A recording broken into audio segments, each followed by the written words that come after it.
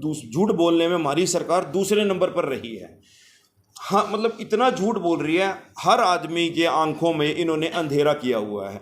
जो कोरोना काल में डेथ रेट है, जो हमारे भारत ने 4,71,000 बताई थी, वो उससे 10 गुना ज़्यादा है।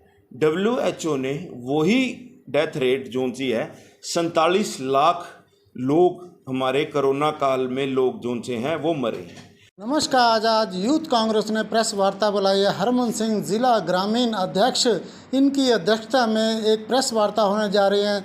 यहाँ पर पूरी टीम पहुँची हुई है। स्टेट जनरल सेक्रेटरी महबूब हसन भी यहाँ पर मौजूद हैं। आपको दिखाना चाहेंगे और बात करना चाहेंगे कि प्रेस वार्ता क्यों बुलाई। आइए।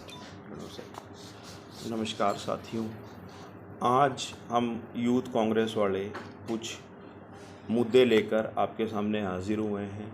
मैं हरमनजीत सिंह, जिला प्रधान ग्रामीण, महबूब चौधरी स्टेट जनरल सेक्रेटरी, अपने सौरभ कंबोज जी विधानसभा अध्यक्ष रादौर से, और रिंकू जी, तो नाम तो आयुष जी, ठीक है, हम तो सन्नी बोलो, जनरल सेक्रेटरी जिला सन्नी जनरल सेक्रेटरी जिला ग्रामीण की तरफ से आज हम सब इकट्ठे हुए हैं।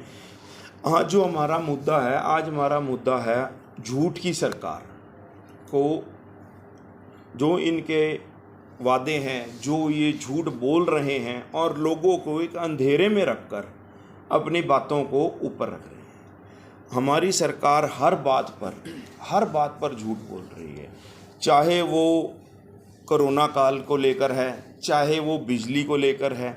आज WHO की एक रिपोर्ट आई, जिस रिपोर्ट में ये बताया गया कि जोन सी डेथ रेट है, जो कोरोना काल में डेथ रेट है, जो हमारे भारत ने 4,71,000 बताई थी, वो उससे 10 गुना ज़्यादा है। WHO ने वही डेथ रेट जो सी है, 47 लाख लोग हमारे कोरोना काल में लोग जो से हैं वो मरे हैं। और इनका कहना है कि सिर्फ मात्र 4,70,000 लोग मरे हैं। हम कहते हैं, हमारा हमेशा ये बात कहते हैं, न्यूज़ में भी कई बार ये बात चलती है कि हमने पाकिस्तान को पछाड़ दिया, पाकिस्तान को हमने ये किया, लेकिन आज हमने एक चीज़ और में पाकिस्तान को पीछे कर दिया। वो क्या है? झूठ बोलने में हम दूसरे नंबर पर, जो सी हमारी रिपोर्ट आई है, हम झूठ बोलने में हमारी सरकार दूसरे नंबर पर रही है। हाँ, मतलब इतना झूठ बोल रही है, हर आदमी के आंखों में इन्होंने अंधेरा किया हुआ है। लोगों को ये लगता है कि नहीं, सरकार हमारी बहुत अच्छी चल रही है, लेकिन ये सिर्फ झूठ और झूठ के पाए पर टिकी हुई सरकार है, जो धक्काशाही इतनी ज़्यादा करते हैं। आज ही का मैं आपको एक वाक़या का वर्णन बताता हूँ। पंजाब से बग्गा जी हैं, एक पंजाब BJP दिल्ली के लीडर हैं। उनको साहब FIR होती है उनके खिलाफ पंजाब में, अंडर सेक्शन IPC के 505 के अंडर, और एक दो सेक्शंस और थे। उसको उठाने के लिए, उस बग्गे को उठाने के लिए पंजाब पुलिस दिल्ली जाती है। और देखिए, अब FIR हुई पड़ी है, सब कुछ है, उसको उठाने जाती है हरियाणा पुलिस हमारी कुरुक्षेत्र में, उन्हें रोकती है। रोक कर दोबारा वापस उस क्रिमिनल को, चलो क्रिमिनल नहीं लेकिन एक्यूज्ड पर्सन को दोबारा वहाँ ले जाती है, वहाँ पर जाती है, और ये पंजाब पुलिस के खिलाफ पर्चा किया जाता है। किस चीज़ का? कि उन्होंने अपहरण करने की कोशिश की। पंजाब पुलिस के खिलाफ हो गया पर्चा? हाँ, पंजाब पुलिस के खिलाफ ही इन्होंने ये पर्चा किया है कि उन्होंने अपहरण करने की कोशिश करी। अरे मतलब ये BJP ने इस हद तक चली गई है कि अब ये तो शरेआम गुंडागर्दी है। हमारे यमुनानगर में, हम अगर अपने शहर की बात करूं, तो ये मिसाल दी जाती थी कि ये शहर बहुत शांत शहर है, लेकिन फिर आज ही का एक वाक्य आपको बता देता हूँ दोबारा। रादौर में एक नॉर्मल फ्रिस्किंग चल रही थी, चेकिंग चल रही थी।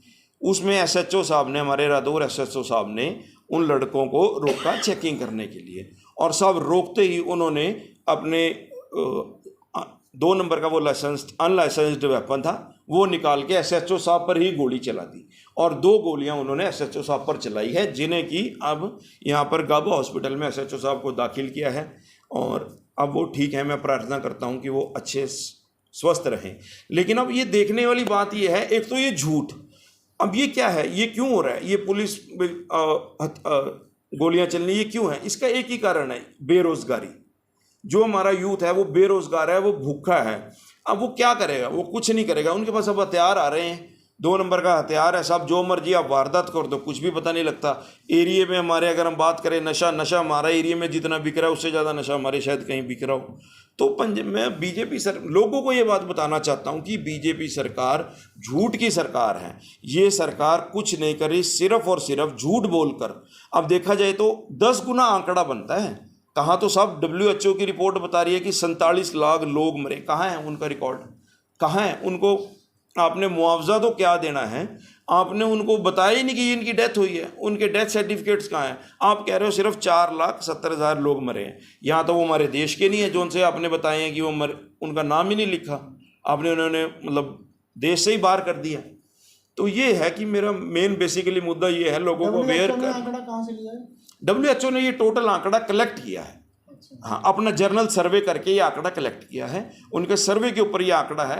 वो हॉस्पिटल्स टू हॉस्पिटल जाके लोगों से मिलके ये WHO ने आंकड़ा कलेक्ट किया। जोहल साहब, अगर कानून के मुहाफिज ही आज अपनी जान को लेकर खतरा महसूस कर रहे हैं, जैसे आज रादौर में देखा गया है, बिल्कुल, तो आम जनता का हाल क्या होगा ये शीशे की तरह साफ है। आप विपक्ष के नाते इस मुद्दे पर क्या अपनी आवाज़ को कहाँ तक उठाना चाहेंगे?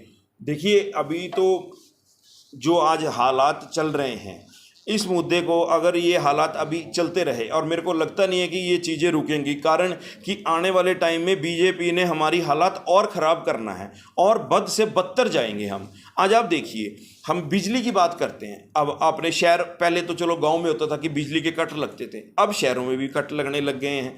तो ये कट क्यों लग रहे हैं? क्या हमारे पास कोयला नहीं है? नहीं, हमारे पास कोयला भी है, लेकिन ये हमारी सरकार नाकाम रह रही है उस कोयले को खदानों से निकालकर हमारे पावर प्लांट्स तक पहुंचाने में। वो वहां तक पहुंचा ही नहीं पा रही। अगर हम अब बात करें, हमारे कोल मिनिस्टर हैं, हमें किसी को नाम तक नहीं पता होगा कोल मिनिस्टर, क्यों? उनको हाईलाइट ही नहीं किया गया, उनको पावर्स ही नहीं है, वो बस एक कमरे तक सीमित हैं, वहाँ पर उनके लाइट जाती नहीं। वो वहाँ से ना तो बाहर निकलते हैं और ना बाहर निकल के देखते हैं कि आम आदमी को बिजली ना होने से क्या फ़र्क पड़ रहा है। आपको लगता है कि भी खबर हमने भी निकाली है अखबार से, हरियाणा की बिजली गुजरात पहुंचाई जा रही थी जब हमारे यहाँ कट लग रहे हैं, इसके बारे में क्या कहेंगे आप?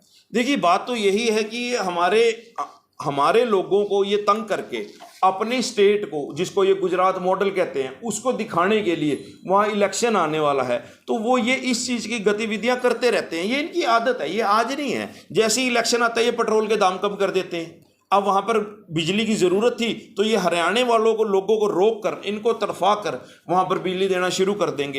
एक्चुअली ये क्या है, ये जो सी सरकार है ये डेमोक्रेटिक सरकार नहीं है, यहाँ पर तानाशाही चल रही है।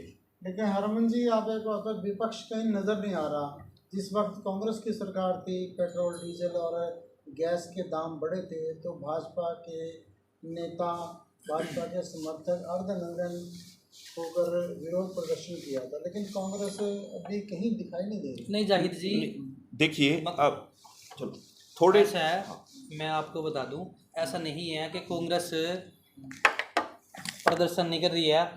आप लोगों को मैं न्यूज़ की कटिंग और अपने प्रदर्शन के जो कुछ भी आपको सब पता है।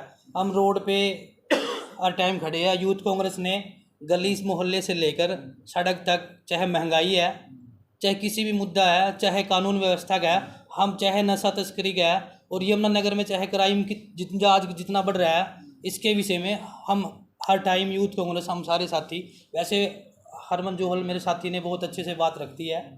बाकी हम रोड सड़क सब पे यूथ कांग्रेस, आप कह रहे हैं कि प्रदर्शन नहीं कर रही है, विपक्ष के तौर पे बड़े मजबूती से हम मुद्दे उठा रहे हैं।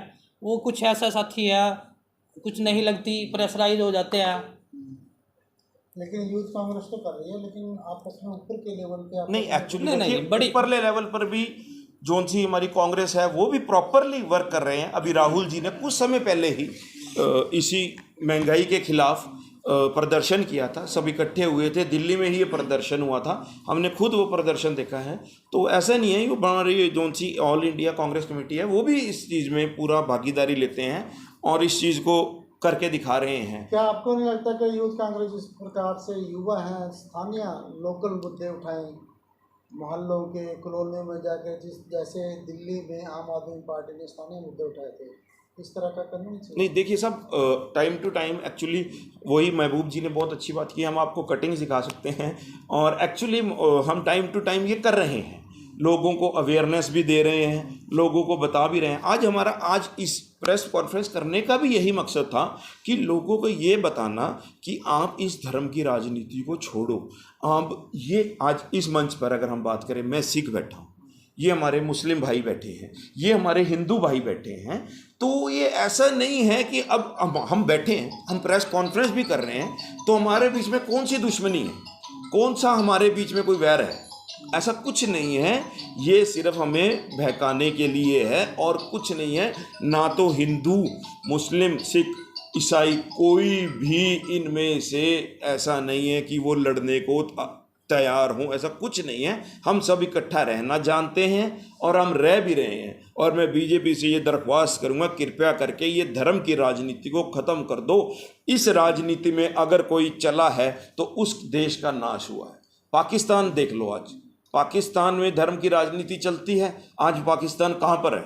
आज वहाँ पर ISI जैसे गिरोह जो उनसे सक्रिय हैं, उन्होंने देश को ख़त्म कर दिया। आज पाकिस्तान का प्रधानमंत्री के पैरेलल सरकार चलती है ISI की। महबूब जी क्या कहना चाहेंगे? भाजपा झूठ की राजनीति और धर्म की राजनीति करती है, इसके बारे में? झूठ तो आपके सामने सारा कुछ आ ही रहा है। WHO ने जो आंकड़े रखे हैं 47 लाख के, वो आपके सामने है। ये तो कोई वैसे तो हम बोल नहीं रहे हैं, ये तो रिकॉर्ड आंकड़े हैं। और WHO कोई छोटी मोटी संस्था तो है नहीं, बहुत तगड़ा, बहुत बड़ा संगठन है। और आप देख लो नदियों के किनारे जब कोरोना काल की जो महामारी थी 21 और 22 की, उसमें दफनाने वाला या संस्कार करने वाला कोई नहीं मिल रहा था, ना कोई अपने जो डेड बॉडी थी उसको हाथ लगाने की कोशिश कर रहा था। और सबके सामने थे आंकड़े, लाशें कैसे जमुना में तैर रही थी, क्या कुछ कर रहे थे। और इस संस्कार करवाने की बजाय अपनी नाकामी को सरकार छिपाने के उसमें आंकड़े ही झूठ बोल रही है कि 4,80,000 के करीब लगभग जो कोरोना काल की मृत्यु हुई, और 47 लाख और इसमें 10 गुना फालतू है। आपके सामने ऐसे बड़ा झूठ क्या होगा? सिर्फ हमारी एक ही मांग है कि जो कोरोना काल में जो सच्चाई में रिपोर्ट है, जो 47 लाख लोगों की जो डेथ हुई है इस महामारी से, हमारी सिर्फ यही है कि उनके जो परिवार है उनको लगभग 4 लाख रुपए के करीब तो उनकी सहायता करी जाए। जो कोरोना काल में जिसकी डेथ हुई है उसके परिवार के जो उसकी सहायता, जो उसके बाल बच्चे पीछे, यस, मुआवजे के तौर पर। ठीक है, धन्यवाद जी। आप क्या कहना चाहेंगे इस मुद्दे पे? भाजपा जिस प्रकार से भाजपा झूठ बोलती है या धर्म की राजनीति करते हैं, जैसा कि आप लोगों का कहना है, इस मुद्दे पे क्या कहना है? मैं तो एक बात कहना चाहता हूँ भी ये धर्म की राजनीति छोड़ के जो बेरोजगार बच्चे हैं उनको नौकरी दी जाए। देश हमारा बेरोजगारी की तरफ जा रहा है। हमारे हरियाणा में 34% बेरोजगारी है इस टाइम, और हमारे हरियाणा में इतना बुरा हाल हो गया कि बच्चे कहाँ जाएंगे? जब तक नौकरी नहीं मिलेगी उसको क्राइम की तरफ जब बढ़ेगा। वो नौकरी दी जाए, मेरा तो ये भी कहना है। मेरे साथी सन्नी ने बहुत अच्छी बात रखी है, मैं उसमें एक बात ऐड करना चाहता हूँ कि जब हरियाणा प्रदेश में कांग्रेस की सरकार थी 13 और 14 में, 12-13 में, एक यहाँ पे हमारे डिस्ट्रिक्ट यमुनानगर में एक सद्भावना कमेटी बनी थी। उसमें सभी धर्मों के, सभी जाति के लोग थे, मैं भी उसमें शामिल था। तो हमारे जो एसपी साहब थे उन्होंने ये कहा था कि यमुनानगर डिस्ट्रिक्ट एक ऐसा डिस्ट्रिक्ट है कि ये एक फूलों का गुलदस्ता है, कि यहाँ पे जितना भाईचारा और जितना आपस में मेल मिला इससे ज़्यादा मैंने कहीं नहीं देखा। और आज मैं यमुनानगर की देख लूँ कि क्या हालत है, आपस में भाई को भाई से लड़ा दिया। हम साथ बैठे हैं, हरमन जी ने बहुत अच्छी बात कही थी कि सरदार जी हैं, मैं मुस्लिम हूँ, भाई हिंदू है। कितना प्यारा हमारा डिस्ट्रिक्ट, हमारा देश था। और आज के हालात में साथ हम संगठन में काम कर रहे हैं, बगैर संगठन के भी लगा लो आप, लोकल तौर पे भी हम इकट्ठे हैं। तो आज हालात देश के, प्रदेश के, हमारे यमुनानगर डिस्ट्रिक्ट के बहुत ही हालात बड़े ख़राब कर दिए। मैं चाहता हूँ कि लोगों को मिलजुल कर एक बहुत ही अच्छी भावना से रहना चाहिए। यहाँ से कोई कुछ लेके जाता नहीं है।